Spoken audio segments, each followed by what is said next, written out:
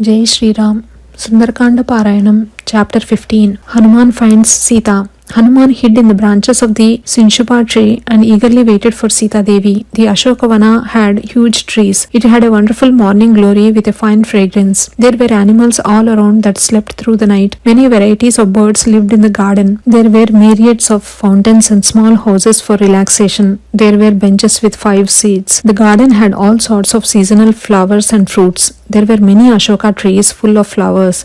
The blossoms were so lovely and soothing, one could not feel sad looking at them. There were many sections in the garden. It is difficult to explain the beauty of such a marvelous garden. The flowers resembled stars and the garden looked like a second sky. There were flowers that resembled pearls and made the garden seem like a fifth ocean. Sounds of many different animals were heard. These sounds were beautiful because they resounded with freedom. The Ashoka garden felt like a second Gandhamadana mountain.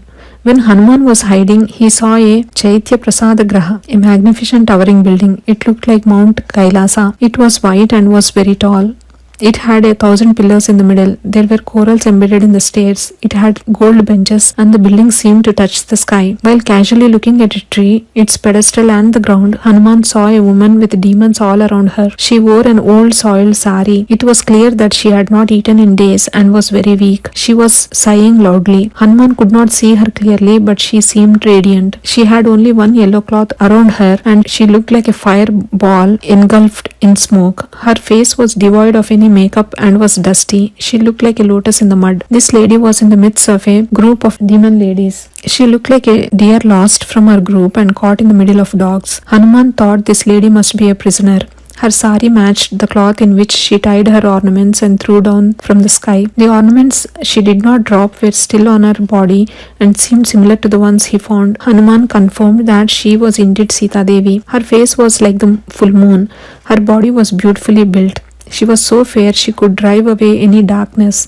With black hair, red lips, and a perfect body and lotus petal eyes, she was the most beautiful lady in the entire world. She was so beautiful it seemed she could give happiness to the world. She was sitting on the ground like a disciplined lady sage. She seemed like a person who had lost her property, whose hope had been shattered, one who lost success due to obstacles or fame that is spoiled because of obstacles or fame that is spoiled because of bad propaganda. She was sunk in sorrow because Sri Rama was not there.